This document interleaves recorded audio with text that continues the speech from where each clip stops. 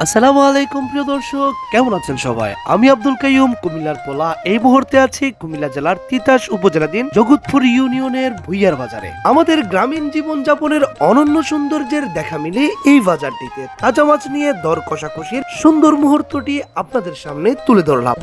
দাম কল না এই দামে দিত না আর আগন ছিল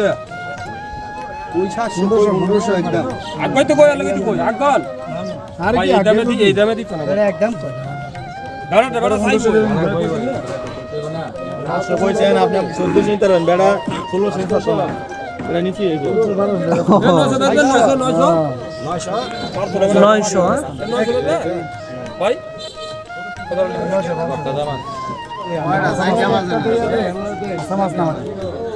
মাছ তো যেতে